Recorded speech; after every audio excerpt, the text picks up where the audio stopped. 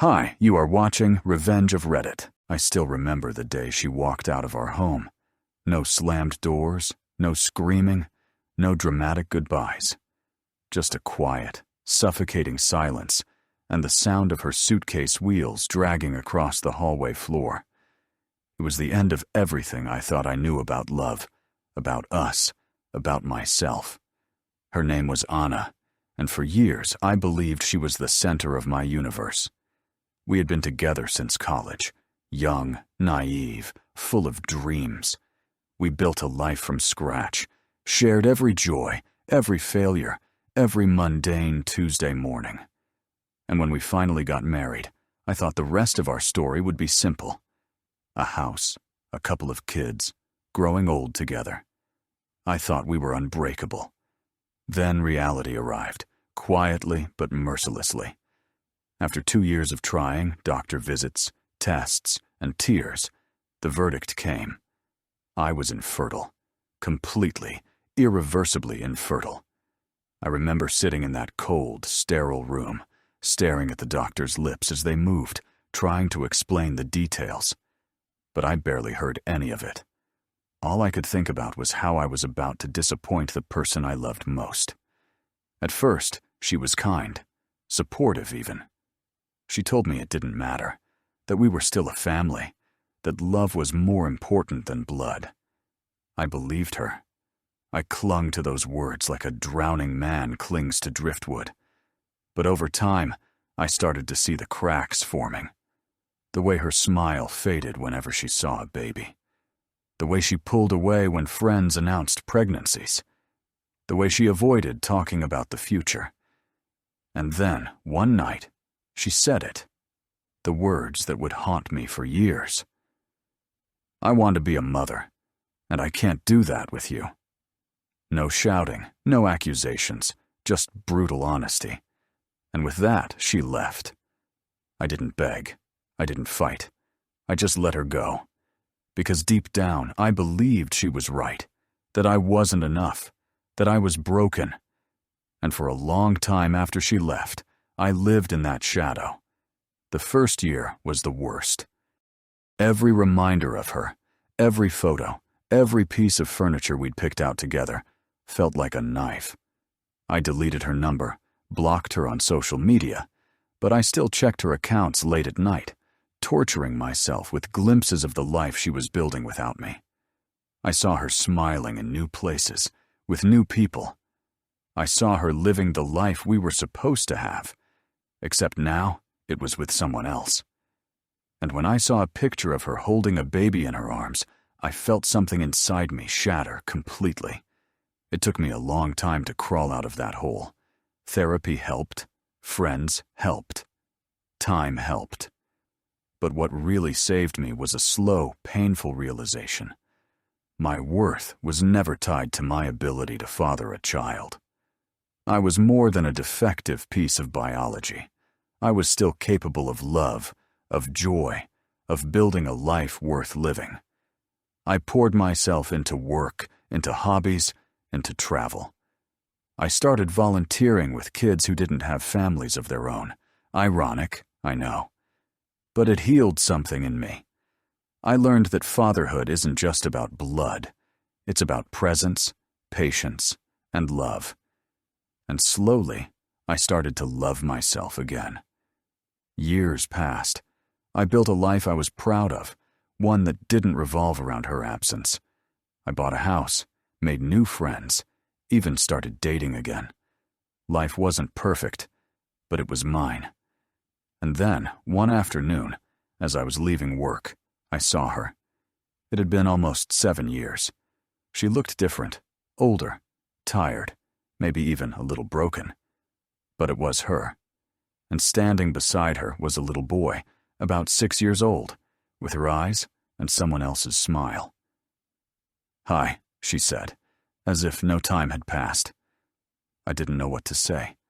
My heart was pounding, not with longing this time, but with something colder. "Can we talk?" she asked. Against my better judgment, I agreed. We went to a nearby cafe. She told me about the years we'd missed, how she'd met someone, how they'd had a child, how it hadn't worked out. And now, she was alone. Alone and sorry.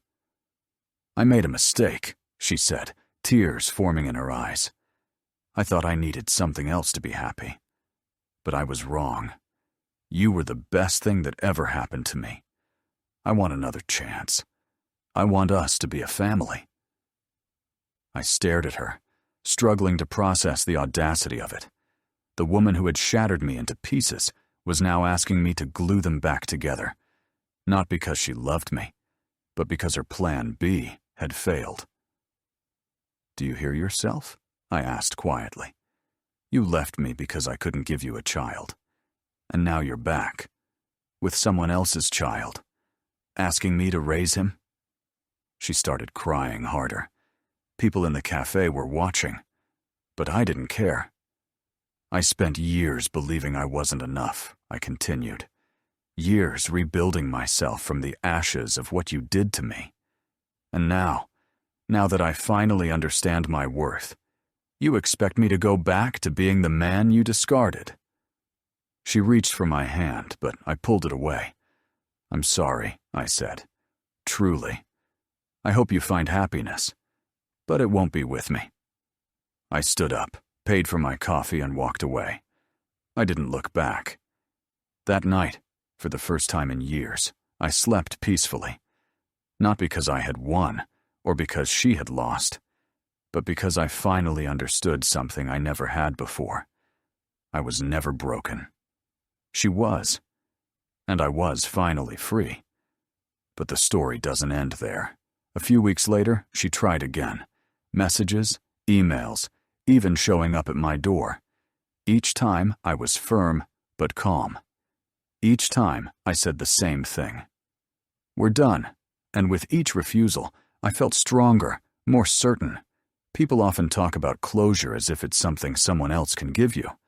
But the truth is, closure isn't a gift. It's a choice. It's the moment you stop asking why, stop hoping for an apology, and start living for yourself. I chose closure, and in doing so, I chose myself. Now, years later, I sometimes think about her, not with anger, not with bitterness, but with gratitude. Because losing her forced me to find myself. Because the worst heartbreak of my life taught me the most important lesson. My value has never depended on anyone else's ability to see it. And if you're listening to this, and you're hurting, if someone has made you feel like you're not enough, hear me clearly. You are. You always were. And you don't need their validation to prove it. You deserve love that doesn't come with conditions. You deserve loyalty that doesn't disappear when life gets hard. And most of all, you deserve peace, even if that means walking away from the person you once thought you couldn't live without. Because sometimes the greatest revenge isn't anger, it's happiness. And I am happier now than I ever was with her. Weeks turned into months after that final encounter, and for the first time in nearly a decade, I felt truly free. It was strange. The weight I had been carrying for so long was suddenly gone. I woke up in the mornings without the heaviness in my chest. I went to bed without replaying old conversations in my head. I walked through my days with a quiet confidence that I had never known before. People around me started to notice the change. Friends said I looked lighter, happier. My therapist told me I had finally reached acceptance, not just of what had happened, but of who I was. And deep down, I knew it was true. I had stopped living in the shadow of her choices. My story was no longer defined by the woman who left. It was defined by the man who stayed and rebuilt. And yet, as peaceful as my life had become, she wasn't ready to let go. About 3 months after that day in the cafe, I received a letter, handwritten, pages and pages of apologies, regrets, memories. She wrote about how she still loved me, how she had never stopped, how every day without me had felt like a mistake. She said she didn't expect me to forgive her, but she hoped I could find it in my heart to at least talk. I read it once, then I read it again, and then I put it back in the envelope and tucked it into a drawer. I didn't respond. There was nothing left to say. But something about that letter stirred something unexpected in me. Not longing, not sadness, but perspective. For years I had told myself a story where I was the broken one, and she was the whole one who had moved on. But now I saw the truth. She had been running, too. Running from disappointment, from fear, from the reality that life doesn't always unfold according to plan. And while I had faced my pain and rebuilt myself, she had tried to outrun hers, and now it had caught up to her. One evening, I was out with friends when I saw her again. It wasn't planned, just a random encounter at a small restaurant across town. She was there with her son, and I might have walked right past her if he hadn't pointed at me. "Mom," I heard him say, "is that the man from the picture?" She turned. Our eyes met, and for a moment, it was like time froze. There was no anger in me, no resentment, just a quiet understanding that we were two people who had shared a chapter, and that chapter was over. She walked over, hesitant. "Can we talk?" "About what?" I asked. "About everything." I shook my head gently. "There's nothing left to say." Her eyes welled up. "I know I don't deserve another chance. I know I hurt you. But I need you to know that leaving you was the biggest mistake of my life." "I believe you," I said softly, "but some mistakes don't get second chances." She stood there for a moment, searching my face for something. Hope, maybe. But she didn't find it. I wished her well, nodded politely to her son, and walked away. And just like that, the past finally released its grip on me completely. That night, I sat alone in my apartment, thinking about everything we'd been through. For so long, I had fantasized about this moment, the day she would regret leaving me, the day she would come crawling back. And yet, now that it had happened, it didn't feel triumphant. It just felt done. Like closing the final page of a book you'd once loved but outgrown. In the months that followed, my life kept moving forward. I started dating more seriously, and eventually I met someone. Someone who didn't care that I couldn't have children. Someone who saw me for who I was, not for what I could provide. She was kind, patient, and fiercely loyal. And for the first time in years, I allowed myself to imagine a future again, not the one I had once planned, but one that was real and possible. We talked about adoption one night, over a glass of wine.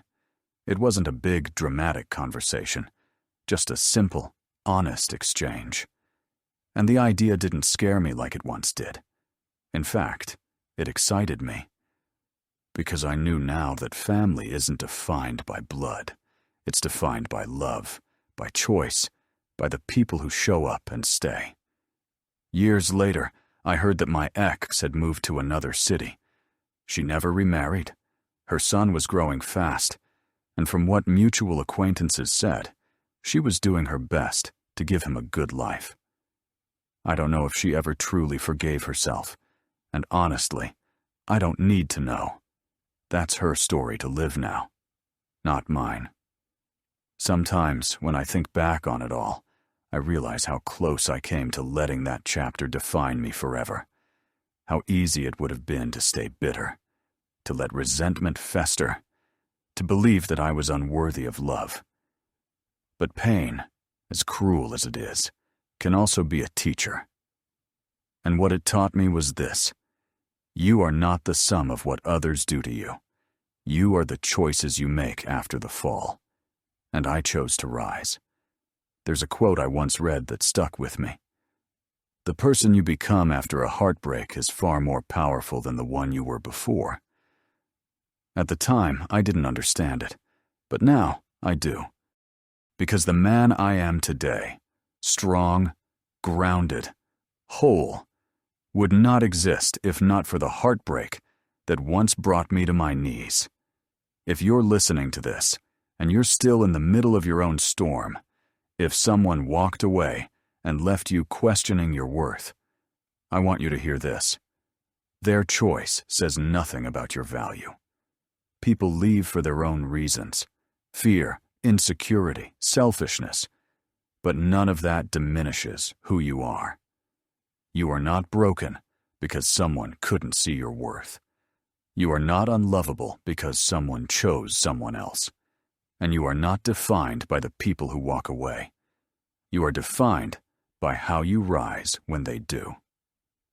I didn't get the ending I thought I wanted, but I got something far better: a new beginning, a life built not on someone else's acceptance, but on my own. A love that isn't conditional, but real, and a peace that no one can ever take away. Today, I wake up next to someone who loves me for exactly who I am. We laugh together, build together, dream together. And when we talk about the future, it's not about what's missing, it's about what's possible. And that, I've learned, is what healing truly looks like. It's not erasing the past. It's not pretending it didn't happen. It's standing tall despite it, knowing that the pain shaped you, but it does not define you. Sometimes, the greatest gift you can give yourself is the refusal to go back to what broke you. Sometimes, strength is not holding on, but letting go. And sometimes, the most beautiful love stories start not with someone else, but with the moment you finally choose to love yourself. I chose myself. And that decision changed everything. Life has a way of surprising you when you least expect it. Years ago, I believed my story ended the day she walked out of our home. I believed that was the closing chapter of my happiness, the day everything fell apart. But what I've learned since then is that sometimes the story you thought was over is just the prologue to something greater.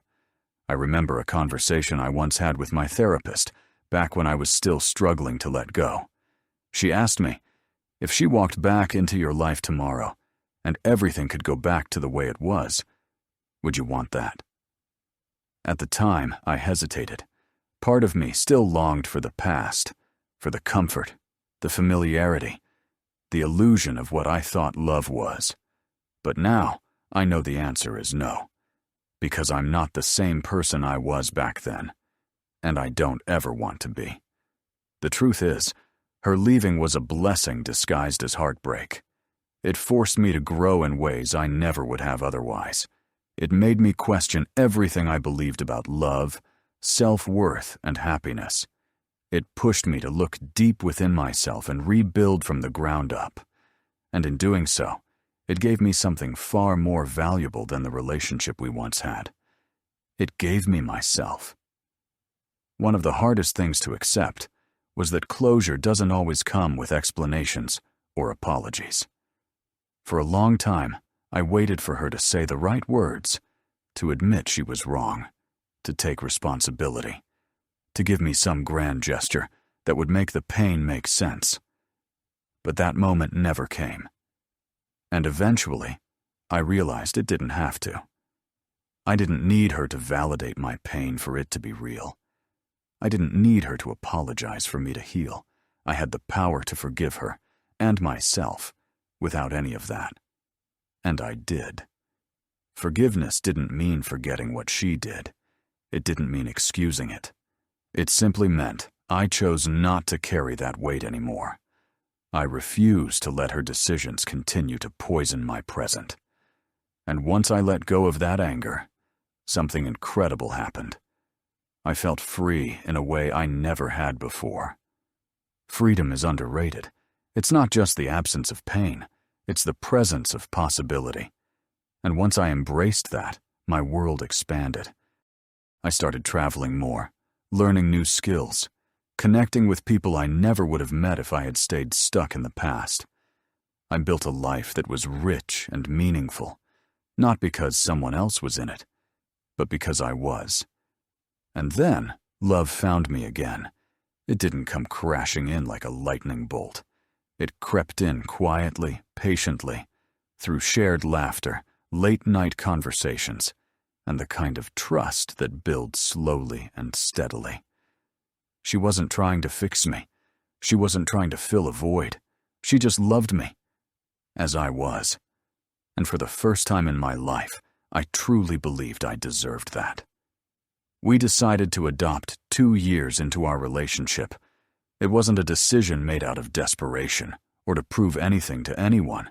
It was simply an act of love for each other and for the child who would become part of our story. When we brought her home, a little girl with curious eyes and a shy smile, I understood something profound.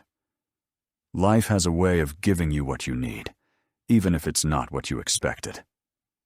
I became a father, not by biology, but by choice. And every day, I am reminded that love is not measured by DNA. It's measured by bedtime stories, scraped knees, school recitals, and whispered "I love you" before lights out. That little girl doesn't care that we don't share blood. All she knows is that I'm there. And that's all that matters. Sometimes I catch myself wondering if my ex ever thinks about what could have been. Maybe she does. Maybe she doesn't. But it no longer matters to me. I wish her peace, truly. I hope her son grows up happy and healthy. I hope she finds the healing she's been searching for. But our paths diverged a long time ago, and that's exactly how it's meant to be. There's one more thing I want to say.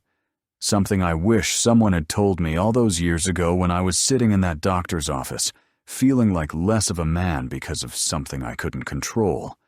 Your worth is not tied to your ability to reproduce. It's not tied to your bank account, your job title, your appearance, or anyone else's opinion of you. Your worth is inherent. It's unshakable. And no one, no diagnosis, no rejection, no betrayal can take that from you. I used to think being left because of my infertility was the worst thing that could happen to me. Now I see it was the best, because it taught me to stop basing my value on what I could give someone else, and start recognizing the value of who I already was. If you're listening to this, and you've been left, abandoned, or made to feel like you're not enough, I want you to know that you are not alone. And more importantly, I want you to know that this pain does not define you. It's a chapter, not the whole story. And when you're ready, you have the power to write the rest. You will laugh again. You will love again. You will trust again. And one day, you'll look back and realize that the thing you thought was the end was actually the beginning of something far more beautiful. And when that day comes, when you're standing tall, living a life you're proud of, surrounded by people who truly see your worth, you'll understand why that person had to leave. Because without that heartbreak, you never would have discovered the strength you carry inside you. I've been through hell and back. I've been shattered, abandoned, and made to feel worthless. But I survived. I rebuilt. And now, I thrive. The man I am today doesn't hate her. He doesn't resent her. He doesn't wish things had turned out differently. He's grateful. Because every tear, every sleepless night, every doubt forged the resilience that defines him now. And that is the greatest victory of all. So here I am, not the broken man she left behind, but the whole man she helped create, without even knowing it. A man who knows his worth. A man who loves deeply, freely, without fear. A man who understands that sometimes the people who walk away are doing us a favor we won't recognize until much later. I don't wish her back. I don't need her forgiveness. And I certainly don't need her approval, because I have something far greater. Peace. And that, more than anything, is what healing looks like. If you take one thing away from my story, let it be this. Never let someone else's inability to love you define how you love yourself. Never let their departure make you question your value.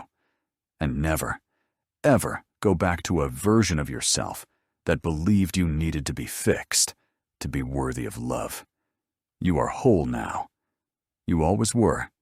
You just needed to see it.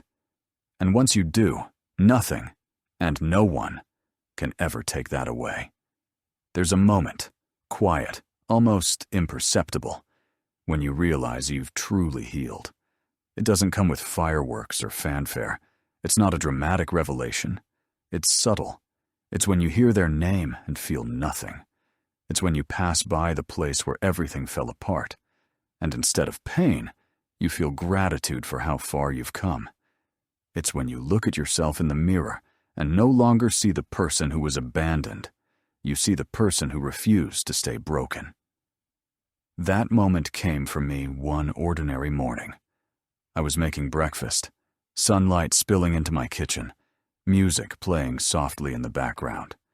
My daughter, the one we adopted, was sitting at the table drawing a picture for school. My partner was humming along to the song while pouring coffee. It was such a simple, everyday scene.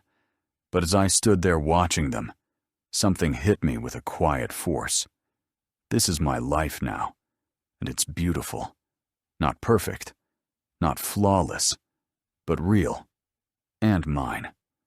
I thought about how far I'd come since that day in the clinic when I first heard the word infertile. How small and broken I had felt. How certain I was that no one could ever love me again. And now, years later, I was surrounded by love so pure and abundant that it filled every corner of my life, all because I didn't give up on myself. The truth is, heartbreak doesn't just hurt, it transforms. It forces you to confront every fear, every insecurity, every hidden wound you never knew existed. It breaks you down to your foundations, and if you let it, it rebuilds you stronger than you ever were before. That's what happened to me. I didn't just survive what she did. I became better because of it. But there's something else I learned, something deeper, something I wish I had known back then. People don't leave because you're not enough. They leave because they're searching for something within themselves, something they think they'll find elsewhere. And when they don't find it, they often come back. Not because they suddenly realize your worth, but because they realize they never found theirs. That's exactly what happened with her. The woman who once said I wasn't enough ended up chasing something she never found. And when the fantasy crumbled, she turned around hoping the man she'd discarded would still be waiting. But I wasn't. I had moved on, not out of spite, not to prove a point, but because my life had grown beyond the space she once occupied. I think about the last conversation we ever had. It was brief. She called me one evening, her voice trembling, unsure. I just wanted to say I'm sorry, she said, for everything. I know, I replied. Silence. And then, do you hate me?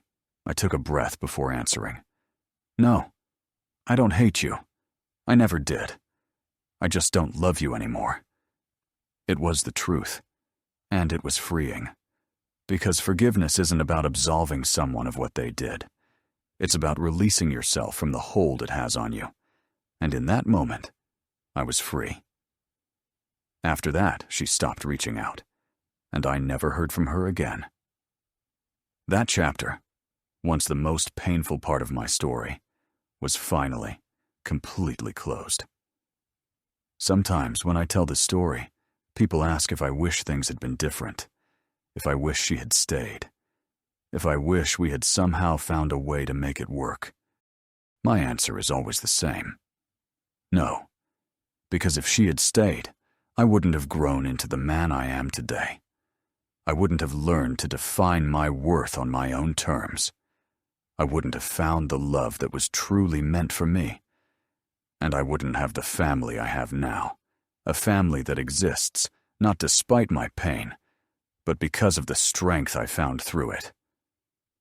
I've come to understand that sometimes Life removes people from your path, not as a punishment, but as protection.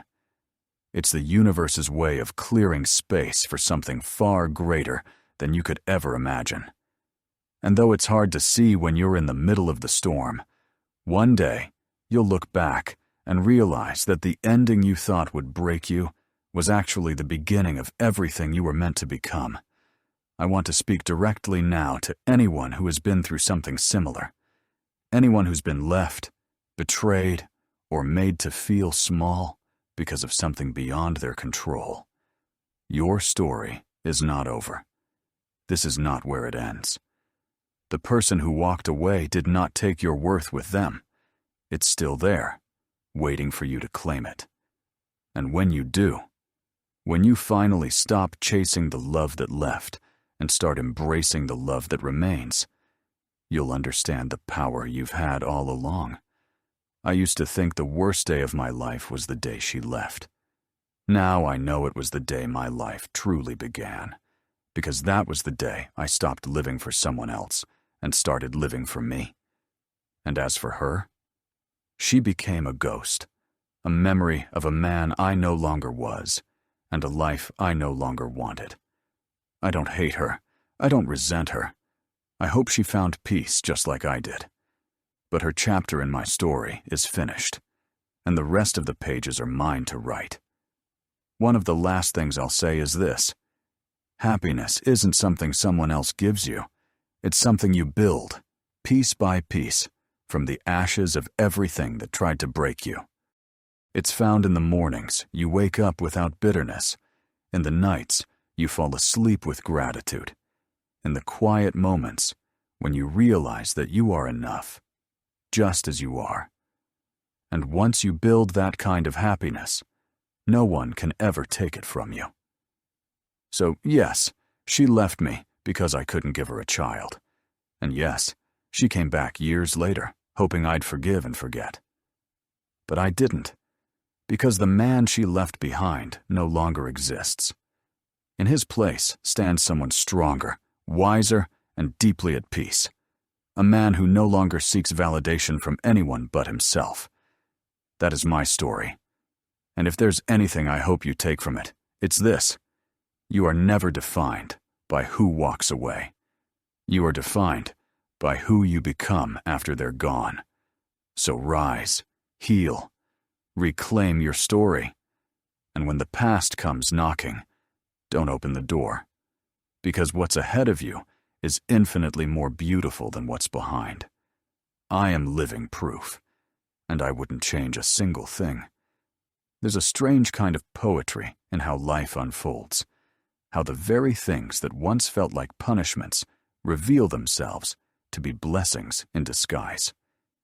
If someone had told me, on the day she left, that I would one day thank her for it, I would have laughed in their face.